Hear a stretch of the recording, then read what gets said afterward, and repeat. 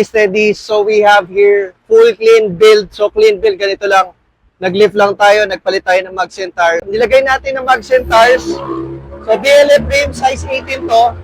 Then Toyo tires, size 285, 60, 18. Sa kanyang suspension is naglagay tayo ng Pro Fender Queen. Tsaka naglagay rin tayo ng UCA. So yung UCA ni Montero is nandun sa baba.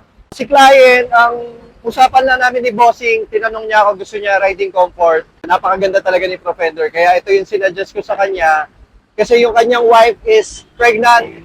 So at least pag nagbiyahe sila, mas comfort si wifey. So that's it. If you're interested, visit lang kayo sa amin. Steadfast Auto Works, Makati City. Along Osmeña lang kami. Or mag-message kayo sa mga social media namin. Thank you.